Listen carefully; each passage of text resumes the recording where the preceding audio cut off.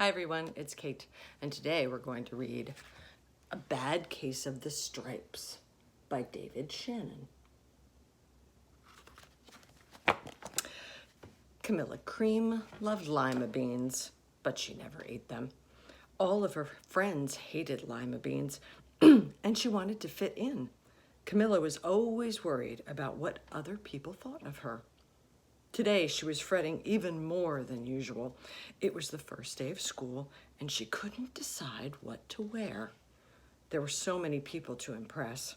She tried on 42 outfits, but none seemed quite right. She put on a pretty red dress and looked in the mirror. Then she screamed.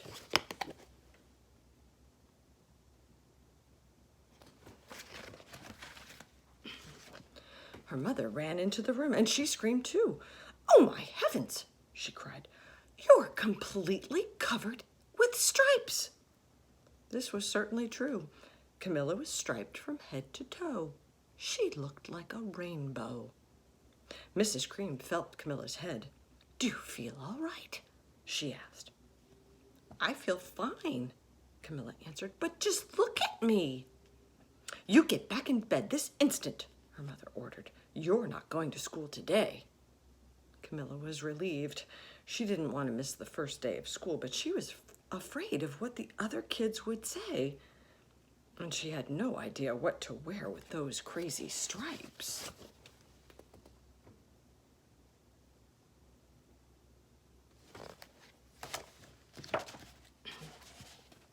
That afternoon, Dr. Bumble came to examine Camilla. "Most extraordinary," he exclaimed. "I've never seen anything like it. Are you having any coughing, sneezing, runny nose, aches, pains, hot flashes, chills, dizziness, drowsiness, shortness of breath, or uncontrollable twitching?" "No," Camilla told him. "I feel fine." "Well then," Dr. Bumble said, turning to Mrs. Cream, "I don't see any reason why she shouldn't go to school tomorrow.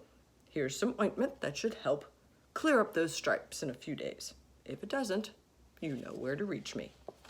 And off he went.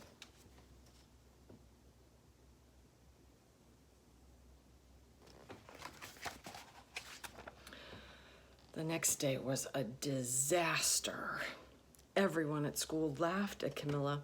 They called her Camilla Crayon and Night of the Living Lollipop.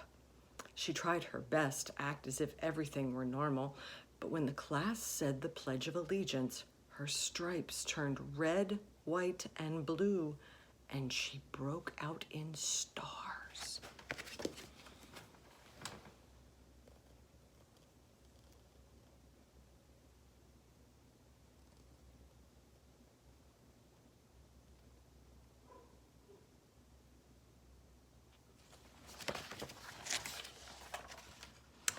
The other kids thought this was great. One yelled out, "Let's see some purple polka dots." Sure enough, Camilla turned all purple polka dotty. Someone else shouted, "Checkerboard!" and a pattern of squares covered her skin. Soon everyone was calling out different shapes and colors, and poor Camilla was changing faster than you can change channels on a TV.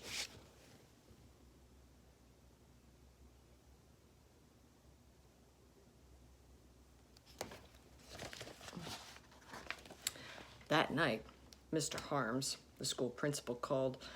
"I'm sorry, Mrs. Cream," he said. "I'm going to have to ask you to keep Camilla home from school. She's just too much of a distraction, and I've been getting calls from other parents. They're afraid those stripes might be contagious." Camilla was so embarrassed. She couldn't believe that 2 days ago, everyone liked her. Now nobody wanted to be in the same room with her. Her father tried to make her feel better.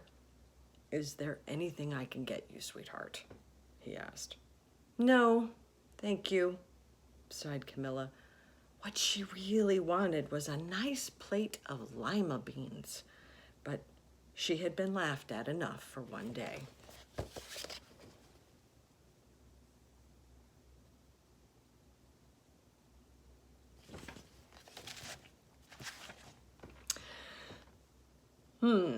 Well, yes, I see, Dr. Bumble mumbled when Mr. Cream phoned the next day. I think I'd better bring in the specialists. We'll be over soon. We'll be right over.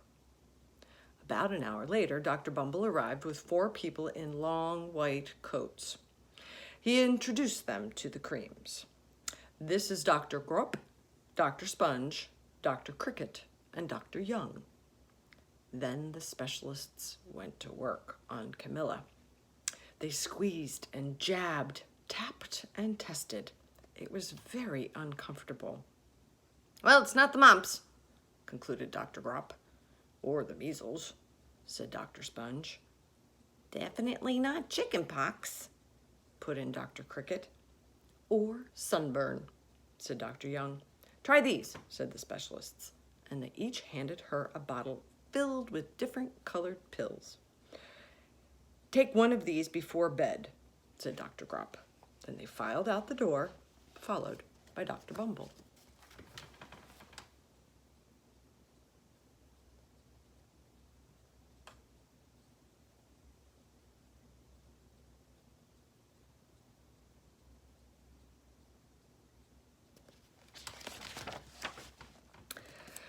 That night, Camilla took her medicine. It was awful.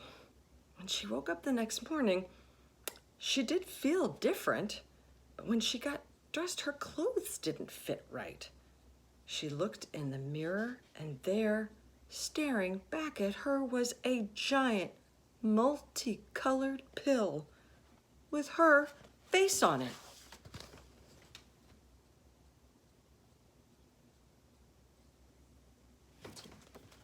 My.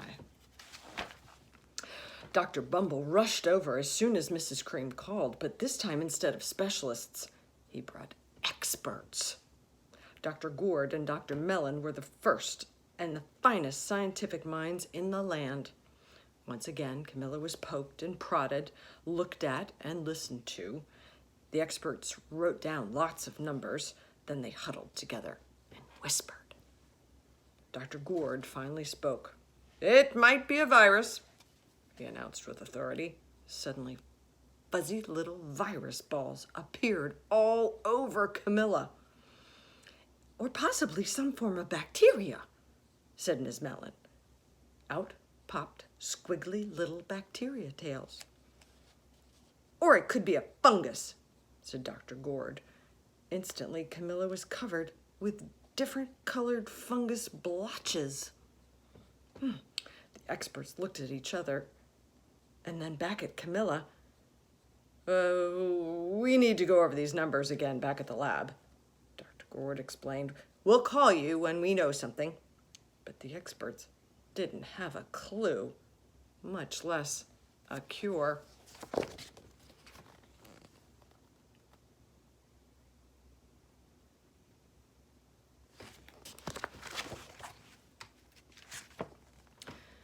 By now, the TV news had found out about Camilla. Reporters from every channel were outside her house telling the story of the bizarre case of the incredible changing kid. Soon a huge crowd was camped out on their front lawn.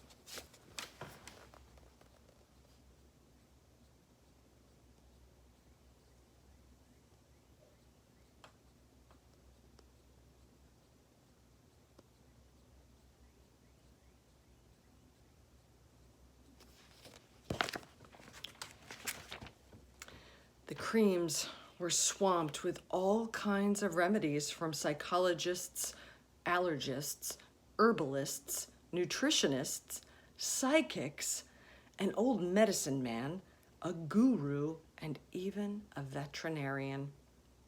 Each so-called cure only added to poor Camilla's strange appearance until it was hard to even recognize her.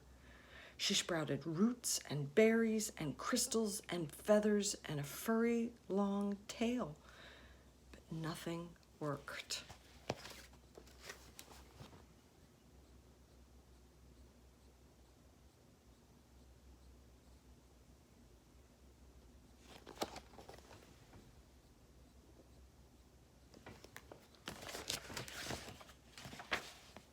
One day, a woman who called herself an environmental therapist claimed that she could cure Camilla. "Close your eyes," she said. "Breathe deeply and become one with your room." "I wish you hadn't said that," Camilla groaned. Slowly, she started to melt into the walls of her room. Her bed became her mouth, her nose was the dresser, and 2 paintings were eyes. The therapist screamed and ran from the house. "What are we going to do?" cried Mrs. Cream. "It just keeps getting worse and worse." She began to sob.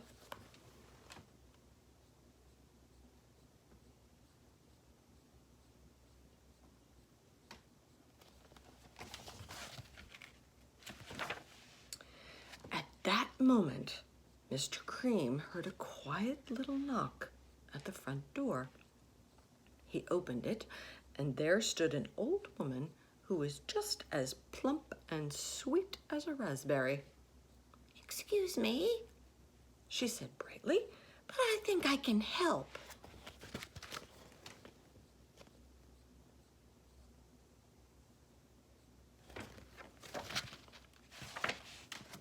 She went into Camilla's room and looked around. "My goodness," she said with a shake of her head. "What we have here is a bad case of the stripes. One of the worst I've ever seen." She pulled a container of small green beans from her bag. "Here," she said, "these might do the trick." "Are those magic beans?" asked Mrs. Cream. "Oh, my, no," replied the kind old woman. "There's no such thing. These are just plain old lima beans. I'll bet you'd like some, wouldn't you?" she asked Camilla. Camilla wanted a big, heaping plate of lima beans more than just about anything, but she was still afraid to admit it. "Yuck," she said. "No one likes lima beans, especially me." "Oh dear," the old woman said sadly. "I guess I was wrong about you." She put the lima beans back in her bag and started towards the door. Camilla watched the old woman walk away. Those beans would taste so good. And being laughed at for eating them was nothing compared to what she was going through. She finally couldn't stand it. "Wait!" she cried. "The truth is, I really love lima beans." "I thought so," the old woman said with a smile. She took a handful of beans and popped them into Camilla's mouth. "Mmm," said Camilla.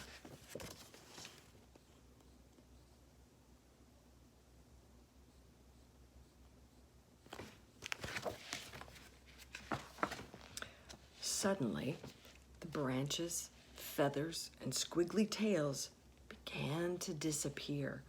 Then the whole room swirled around.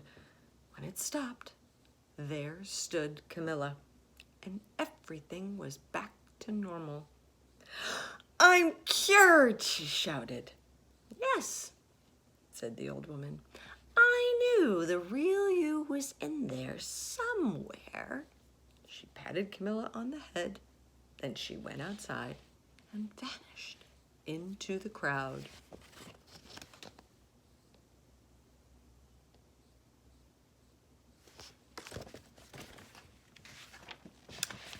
Afterward, Camilla wasn't quite the same. Some of the kids at school said she was weird, but she didn't care a bit. She ate all the lima beans she wanted and never had even a touch of the stripes again.